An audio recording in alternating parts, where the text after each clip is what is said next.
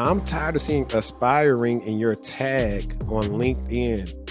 I don't know how many times I got to tell you that no one is searching for aspiring anything when it comes to your job title. They're not searching for it. They're searching for the job titles that they're trying to hire for or the skills. So I think, therefore I am. You have to go ahead and see yourself as that job title and do not feel like you're an imposter. If there are people on LinkedIn that try to sway you and say you shouldn't put it, no. Put the job title down because that's what you're interested in. That's your long-term goal. If you're working towards that goal, do not feel bad about putting down what you want to be. Who are they to tell you not to put something down? I know, I just told you that too, but I'm doing it in a sense to help you out because I work with a lot of people that have aspiring. I say, take that junk off. Man, so this past weekend, my guy, Devin, the American Dream, shout out to Showtime, shout out to Showbiz, the adult for that new name. Devin, the American Dream Haney, became still what? I think he's still the youngest undisputed champion at 135 pounds by defeating Vasily Lomachenko by unanimous decision. A lot of people are up in arms about the fight. I'm just going to let you know this. The right man won the fight. If you go back and watch the fight with no commentary, no sound, so you won't be swayed by what the crowd is saying every time they think Loma's doing more than what he's doing, you'll see Devin won just based off of body shots. He also really lumped his face up pretty bad. Loma really only had, it's reminiscent of Broner versus Pacquiao, except the difference is Devin's output was way better than Broner's. In that fight, Pacquiao really only had 2 good rounds. All the other ones could be swing rounds based on what you like, or if you felt like Pacquiao was being more active, even though the punches weren't really landing, right? With Loma, it's similar. He would do little hammerfish things and crowd going wild, but it's not really landing much or deterring Devin much.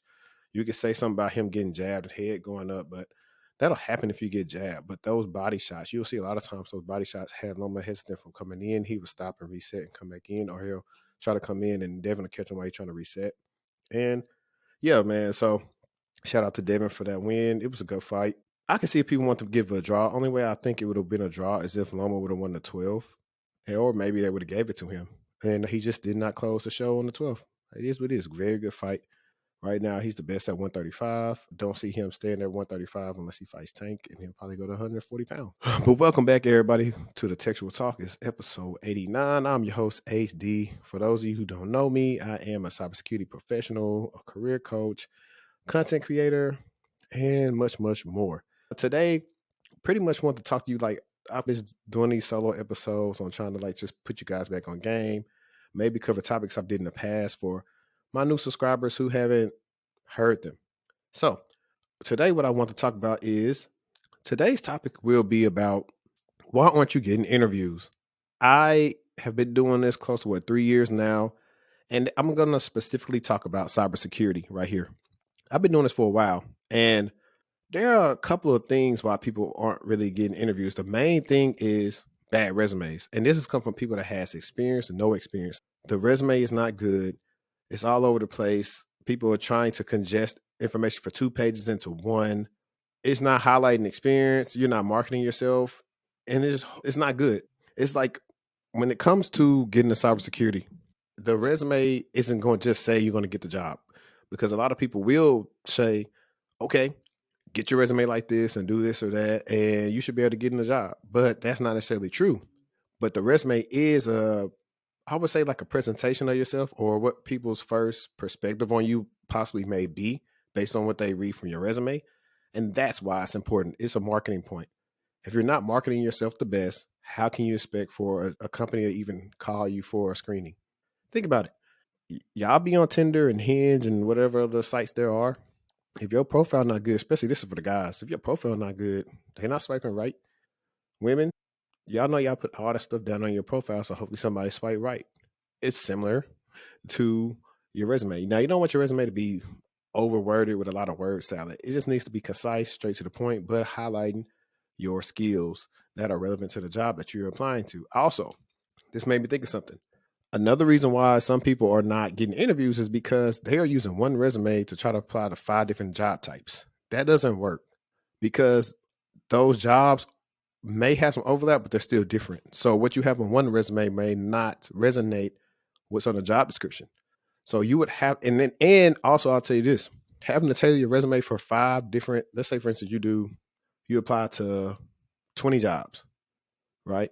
And what we got 5 times 4. So we'll say what 4 or 5 of those. Yeah, 5 are in each different 5 of those jobs are in different categories or different job titles. So with that being said, with you trying to tailor it 5 different times in a day, that can get daunting. So it'll make you start wanting to give up. Oh, nobody's calling me back. I'm not getting this. I'm not getting that.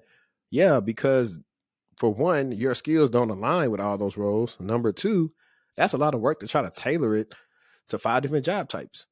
Here's the key. Notice I said job types and not job titles because job titles can be deceiving. A job title, for example, sometimes you can have a threat analyst, a SOC analyst, sometimes IR, security analyst. Some of these could be the same job function. You just have to read the job description. Now, when they're totally different, you have SOC analyst, security analyst, something next to you about GRC, vulnerability management, all these different roles. What if you have been working on strictly blue team SOC type of work on your resume and you're trying to go apply for a VM role, 9 times out of 10, they're not going to call you back. Because most of the time in SOCs, you don't do VM management. You may notify somebody of an alert you see or something, but you're not doing the remediation of the vulnerability, or you're not doing the patches. You're not doing that. You're not scanning for those. We get the emails when they're doing the scans. So that's what I'm trying to tell you is just because it says security on it. And also, look, transparent moment. I used to do this. When I was laid off, I was applying to everything that says cybersecurity. So that video that I got, 100 jobs told me no. I'm going to try to put it like right here. That 100 jobs told me no joint that I did. That's another reason why. I was applying to any and everything because I was desperate. And desperation mixed with trying to succeed is a way to kill your mood. I remember, I'm going back into it because I know this has been a tumultuous time for our job seekers and people in the job market. I remember waking up early in the morning, applying to jobs, and then seeing around, hopefully somebody hit me up on LinkedIn. If not, I'm like, by 2 o'clock, I'm ready for the day to be over so I can wake up, do it again. That cycle is very draining. And there are some people who apply to more than 100 jobs. So some people have doubled, tripled, quadrupled the amount of jobs that I applied to when I was unemployed. So I already know how that feels. And that's why I said, if you're applying to 600 jobs and only got 3 interviews, that's a problem. Here's another kicker. I'm going to call this, from now on, we're going to say LinkedIn is your digital resume. And shout out to my girl, Christy Kennebrew, for talking about the importance of LinkedIn, especially from a recruiter standpoint. Some of you could possibly land more leads just based on your LinkedIn being more presentable. I need to clip this right here so I know what to do with it. I'm tired of seeing aspiring in your tag on LinkedIn. I don't know how many times I got to tell you that no one is searching for aspiring anything when it comes to your job title. They're not searching for it. They're searching for the job titles that they're trying to hire for or the skills. So I think, therefore I am. You have to go ahead and see yourself as that job title and do not feel like you're an imposter. There are people on LinkedIn that try to sway you and say you shouldn't put it. No, put the job title down because that's what you're interested in. That's your long-term goal. If you're working towards that goal, do not feel bad about putting down what you want to be. Who are they to tell you not to put something down? I know I just told you that too, but I'm doing it in a sense to help you out because I work with a lot of people that have aspiring. I say, take that junk off. And I showed them my title is a little different. I have SOC lead, I have content creator, I have cybersecurity career coach, I have LinkedIn instructor. I have a lot of stuff on there, but I get hit up for SOC lead roles, IR roles, anything in the realm of blue team. I get hit up for it all the time because my profile speaks to that. Next, you can have a good about section so they can know who you are, your skills, relevant skills to the roles that you want to land. And this is 2 parts. Another reason why you aren't getting interviews because your skill set is lacking in some areas that don't allow you to get seen for the role. Or what I've also experienced with the resumes is that some people have skills put in their experience, but do not have them in their technical skills portion. So if you don't have your skills in your technical skills portion, they may not go through all your experience and see those skills. So you have to remember to highlight your skills. It's very important. You can also add your projects on LinkedIn. If you're a person that is constantly trying to show your value, but you don't have experience, put your projects on LinkedIn. Make them descriptive. And then this is the other part with your bad LinkedIn. Hey, network on there, have a lot of network connections, post about things you're working on, engage with different people. You never know who you're talking to. It could be a hiring manager, somebody on a team of a job you apply to. You never know. But if all you do, I put it like this. So the last episode, I was talking about how you can't go from, so it's like 3 months and you're like 130K in 3 months. And 3 months was to stack against 3, 5, 6 years of experience. So think about that. You can't just apply if you're on the short end of the stick when it comes to experience and expect to get called over to people with 3, 6, 7, 10, 15 plus years of experience. You got to get on the go. You got to be proactive. You got to reach out to the recruiters, the hiring managers, the people on the team.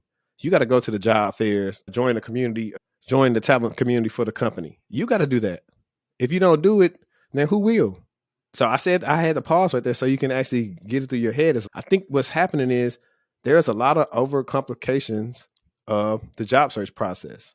It should be simple, but yet effective. My way, I've been doing this for years and it still works, but I also go through and refine it. If you want to, here's a cheat code. If you want to know how to apply to roles or look for roles that you qualify for, 2 things. Take current skills that you already have and do this on Indeed. It works better on Indeed. Use a Boolean search, put that skill, and then you can either do the industry or you could do in cybersecurity. But I would do like this. A lot of times I work with people that's doing healthcare or something else. So I do, hey, let's say they got a skill, they know Azure. So I would do Azure and healthcare. And we'll get a list of roles that use Azure. Or we'll do even more defined skill. We might say identity and access management and healthcare. And we would start seeing different things that they could qualify for just based off of searching on their skill set. So if you look at skill set, you're going to find more roles. You're not have to worry about searching for titles. Titles can be misleading. The job description is going to tell you what you need to do. And if you don't have the skill set, the job description will also help you know what you need to work on. And I really didn't talk about how to improve your resume. I have a video on that, on like bad resumes and what you should look for. So you can check that out on my channel. But those are some reasonings behind what's going on with your resume. Now, in the future, I'll probably do another video where we're actually just breaking down some random resumes where I actually have some, and we'll just redact everything and we'll just react to them live or do it in a way where everybody can see it. So you can see if you are making some of the same mistakes. And also right now, if you need your resume review or you want me to briefly look at it, you can reach out to me on LinkedIn or you can email me. My email is always in the description and I'll look at it. And then if you want to go from there and we can do a consultation or whatever you want to do, we can do that. Or also I have my free stuff on here, my webinar on how to get into cybersecurity. But I'm like, I tell you all the time, recruiters only have 6 to 7 seconds when they're looking at your resume. I can look at your resume instantly. I've told people briefly, I say yes to resume. And you don't know what you don't know. If you're coming from a different industry, and that's also the reason too, guys. If you're going to get your resume professionally done, it don't got to be by me, but get it. Make sure you see somebody who's helped people, or at least do the resumes in the industry you want to go in, because sometimes people do your resume as if they're in a different industry, and it doesn't resonate to a cybersecurity resume. And they are slightly different. I know how to make a good resume look good, but you have to really know how to highlight technical things, especially if you're going for a technical role. You can do it in non-technical roles too, but non-technical roles, you want to more so highlight more metrics. You can do that too in a technical role, but a lot of times we don't have the metrics because we don't write them down, but the technical skills are enough. So those are some of the different things that you need to know how to do, know how to show on your resume. Like for real, show and don't tell. I'm going to say that probably all 2023. That's my motto, show and don't tell. And I keep on getting people that fall into my, actually, you know what? Let me find this real quick. All right. So I'm going to put this dude on blast. I was talking about him before. He sent me this message. I had made this post about Sec Plus and saying why hiring managers don't care about it. And I was saying if you could pass in 3 weeks and don't know anything, that's why we don't care about it. And I had chopped it up in a short form video. This guy had said, look, this is the message. I'm reading it. I'm going to try to put it on screen. Hey, your post was really negative yesterday. I didn't watch the video because of it. Even if you are right, you should use your platform in a more positive way. All you did with this post is being people down while advertising your YouTube channel. Why not put an alternative to Sec Plus in your post? I'm not on LinkedIn to find YouTube videos. And then he goes on to give me 10 titles that probably would be just as applicable. And I'm like, bro, don't ever send me that. Like, I have to remember it's on LinkedIn. I'll be want to say some other stuff to people when I'll be like, all right, it's LinkedIn. I'm going to keep it G. But when people don't watch the video, I don't really care what you say. If you don't watch the video, I don't care what you say. I'll just block you and go on because it wasn't a negative video. It's always giving people, I'm always going to say some shock value stuff and then give you value in it. That's it. That's what I like to do. And that's what I'm going to continue to do because y'all don't pay attention to me when I'm just being nice and regular. So that's what I'm going to do. Here are 2 quick tech topics that I want to dive into, especially for this generation because they love these tools. Let's get into it. Clone CapCut website, push information stealing malware. For y'all that don't know, CapCut is a popular video editing software that is on, I believe, on iPhone and Android. And people primarily use this to edit videos, mostly for TikTok. You can do templates on there. It's a very powerful tool, surprisingly, just for on mobile. I wanted to touch on this because people are into short form content creation, and I want to read through it real quick just to highlight some things you guys can look for to make sure that you're safe. I will always say this: make sure when you're downloading apps, and especially for my Android people, do not sideload apps. Download them from the App Store. If you sideload them, anything can be on there. We used to do sideload back in the day in 2010, like 2012, but no, you don't need to sideload anymore. A new malware distribution campaign is underway, impersonating the CapCut video editing tool to push various malware strains to unsuspecting victims. CapCut is ByteDance's official video editor and maker for TikTok. Support music, mixing, color filters, animation, slow-mo effects, picture-in-picture, stabilization, and more. It has over 500 million downloads on Google Play alone, and its websites receive over 30 million hits monthly. Man, that's a lot. The application's popularity combined with nationwide bans in Taiwan, India, and other places has pushed users to seek alternative ways of downloading the program. However, threat actors exploit this by creating websites that distribute malware disguised as CapCut installers. So that's one of the ways I figure. Like, it's not through the App Store. Somebody's trying to find a way to download it illegally. The malicious websites were discovered by Cybele, which reports seeing 2 campaigns distributing different malware strains. No specific information about how victims are directed on these sites was provided, but typically threat actors use black hat, SEO, search ads, and social media tools. That's crazy. Look at this. It looks legitimate if you don't know what you're looking at. I'm gonna put it in the screen. Yeah, so that looks legit right there. The offending websites are CapCut, that's freedownload.com, CapCut free download, CapCut editor video. Yeah, so I'm gonna just read about what it's talking about the malware do. It says when the victim executes a downloaded file, they get a bogus error message claiming that launch of the application has failed. However, Alphax Stealer continues to operate in the background.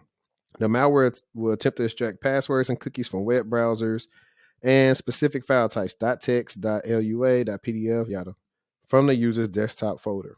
It also targets data stored in messaging apps like Discord and Telegram, cryptocurrency wallets, Exodus, Atomic, Ethereum, Coinomi, Bitcoin, Garda, and Zcash, and remote access software like UltraViewer and AnyDesk. All stolen data is saved in a randomly generated directory in the app data folder, zipped and then sent to the malware operators on a private Telegram channel. The threat actor also uses the Anon files hosting service for redundancy and exfiltration step. After the stolen files are transmitted to the attackers, a local directory created for temporarily hosting the data is deleted to wipe any traces of infection. All right, I'm going to pause right here. So check this out, guys. When you're interviewing for security roles, especially on Blue Team, they might ask you something about either gaining persistence or continued persistence, data exfiltration, or whatever, right? So when you read security news like this and looking at how they're breaking down how the attack happens and what happened, take a mental note of these things.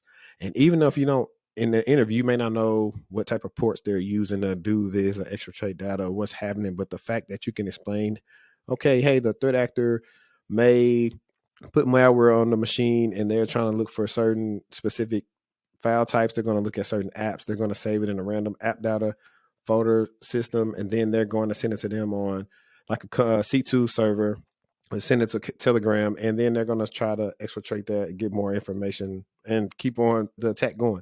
But if you can say something along those lines, then they'll say, okay, they have a grasp of this. They understand this. And this is what I talk about, the understanding part of it. This is why I say you have to stay current and just look at certain things. I pulled this up because you never know who's trying to use CapCut just because they want to use TikTok.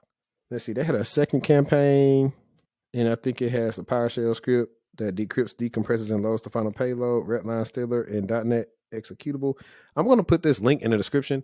I'm not going to go through the whole thing because I'm not trying to lose you guys here, but that's definitely very interesting. I think it's a teachable moment. Let's see. All right, so I seen this other article from We Live Security, and it says, meet AI. Your new colleague could expose your company secrets. And AI is great for certain instances, but there is a component of it not knowing, okay, biases in AI, where's the data going, who has access to all the questions, or if you are putting very sensitive, pertinent information in there, what's happening with it. But I want to go through a little bit of this article, and I want to see if we can react in real time to what it's talking about. Before rushing to embrace the LM, which I believe stands for large language model, make sure your organization has safeguards in place to avoid putting its business and customer data at risk. All right. Before you rush to welcome the new hire and use it to streamline some of your business workflows and processes, there are a few questions you should ask yourself. Is it safe for my company to share data with an LLM? LLMs are trained on large quantities of text available online, which then helps the resulting model to interpret and make sense of people's queries, also known as prompts. However, every time you ask a chatbot for a piece of code or a simple email to your client, you may also hand over data about your company. An LLM, as of right, automatically adds information from queries to its model for others to query. However, the query will be visible to the organization providing the LLM. Those queries are stored and will almost certainly be used for developing the LLM service or model at some point. All right, let's see. I do agree with that. We saw that happen. I think it happened with Samsung with the leak that they had using, I think it was ChatGPT. I think ChatGPT recently had a leak not too long ago, or a breach.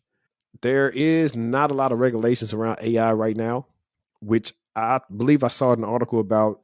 I think it's the CEO or somebody at OpenAI wanting to work with government to create regulations when it comes to AI, because it's a wild west right now. Everybody's doing all type of things for AI. You got people telling you use all these AI tools to automate YouTube videos and use this to automate these different things. The biggest thing now with people cloning people's voices and using AI like that, AI is able to edit your podcast sound, but I would tell you I don't really like you because it makes it sound too artificial and it's not perfected yet. And so that's one of the reasons why I don't really like using AI for certain things like that, because it takes the human element out of it and it messes up your voice. And it's just a lot of stuff I don't really care for when it comes to doing AI just like that. But let's see what else it's talking about. All right, look, it brought it over here. OpenAI's Chat GPT made headlines in March due to a leak of some users' chat history and payment details, forcing the company to temporarily take Chat GPT offline on March 20th. The company revealed on March 24th that a bug in the open source library allows some users to see titles from another active user's chat history. And that's why most companies should not let you use Chat GPT on their machines. You should use it in your own machine. And if you are, you do not want to put any type of details in there that could lead to a breach. It needs to be very generic. And you got to know how to ask these questions in the right way. That was a brief spiel on the AI part, with like just using AI in general for work and just being very much more cautious on what information can people see, what are you putting in there, whenever the prompts are, who actually has access to the information, can anybody else exploit a bug code or something like that. And also, a lot of threat actors and a lot of attackers now are using things like ChatGPT to try to write malware and try to also exploit a lot of these different CVEs that are coming out here. So you have to be vigilant. That's why I don't believe it's going to be the end of people's just jobs. It's going to be too much work. AI can't combat it all. Someone has to train AI. Like even when it comes to when we use like our EDR tools now that use machine learning to try to pick up on some things, it's still not always accurate. It just try to go off patterns, but it's not fine tuned. It's not the best, but it's something, because if you don't have an EDR solution, a SIM tool, anything else with like some machine learning, your day would be pretty hectic. And the last thing I want to bring up really quick was I saw this article on TechCrunch. Actually, it was on their Instagram page, and it says Apple still has a diversity problem. It says the higher you climb up the corporate ladder at Apple, the wider it gets, according to data analyzed by the Communications Workers of America. People of color at Apple are far more likely to be working low-level jobs. According to Apple's own data collected between 2014 and 2021, the number of Black and Hispanic workers has increased by 70.1% and 93.1%, respectively. But for Black workers, 85.6% of those jobs have been in lower paid sales or admin support roles. For Hispanic people, that's 60.8%. Meanwhile, the number of white people in sales roles decreased by 24.9%, and the number of white people in the first, mid officials, and managers and professional job categories grew by 187.2% over the 7-year span. Okay, now this is not necessarily about Apple per se. This goes on at most companies. Like I've said years ago, I've said they have no problem hiring us for help desk. You know why? It's a lower paid role, respect to the help desk, but they don't pay help desk accordingly. And I've always said this. Everyone else has always said this. One of the main reasons I started this channel, this podcast, is so you can see a person like me that's not on a lower level anymore. Is you can do it, but you rarely see us at the top. And one of the things is companies boast about diversity, but is it really diverse? I know a lot of us who are very educated have the same skill set that do not get the chances everyone else gets. Now, that's a problem because, like I've said in other videos, when you don't have a diverse team, you tend to have a biased view of things when it comes to technology, operations, you name it. When you have a diverse team, people can bring their experiences and their lived experiences in and show you different things that you may not look at based on culture, how you grew up, all these other things. And let's take it a step further. I believe Black people probably spend the most in the country, but yet at all these different bigger companies, tech jobs, we are not represented in that matter. It's two things: some gatekeeping, two, exposure. There's a lot of us who could do these things, but don't know how to do them, don't want to go to school for them. And the other kids are learning about coding and networking, cybersecurity and stuff at a very young age. So they are much more ahead of our kids. It's like a race. When you're starting off, everybody's already been on the track for probably about 15 minutes. So they're on lap 15 while you're on lap 1. And that's one of the things that people always feel at jobs too. It's like, I have to really work super hard to try to even catch up, and you never catch up sometimes. It's just impossible unless it's the right situation. They brought you in, they really want you to succeed, and you do that. But most of the time, you don't get that chance. So that's what I want to talk about today, guys. I didn't want to make this a long, drawn out episode. I got some good ones coming out for you guys pretty soon. We're about to listen, it's road to episode 100. I want to close out with this. It's road to episode 100. Episode 100 will be probably a in-person episode. I don't know if it's going to be my first, but it might be my first in-person episode. And that's the one. It's been a long road. I stayed consistent. I think it was a brief time like 2020 where I wasn't as consistent because I really wasn't scheduling and planning things out. But for the most part, when I go back to this, I didn't know if I was going to make it this far. I knew I wanted to do YouTube, but the podcast portion of it is very different from me just doing videos when I want to do them. This takes consistency. This takes planning. This takes me getting better at lighting. I got some new lighting coming in, so it should look better eventually for the lighting. But yeah, just stay tuned for episode 100. And if you made it this far, let me know. Would you be interested in a live episode, as in coming out to see me and my co-host and maybe some guests? We actually have a pod and we talk live. Would you be interested in that? Please let me know down below in the comments, or reach out to me an email if you have interest in that. Also, if you want to get into cybersecurity, or you want to start in cybersecurity, check out the Level Careers course by Josh Madakor. Link will be in the description. If you want to do tech sales, I had that link in the description as well. And if you want to get more structured, like a longer program, like a boot camp or something like that, check out Springboard 6-month boot camp. They do guarantee your money back if you do not find a job after completing the program after 6 months. And they'll also get you a Sec Plus. I know y'all say I'm hard on Sec Plus, but it's still a good certification, but you just have to get it in the right way. But appreciate you guys for rocking with me. If you're listening to me on Apple Podcasts or Spotify, please leave me a review. Please share out the podcast. It really helps out in the algorithm. It really helps me be seen.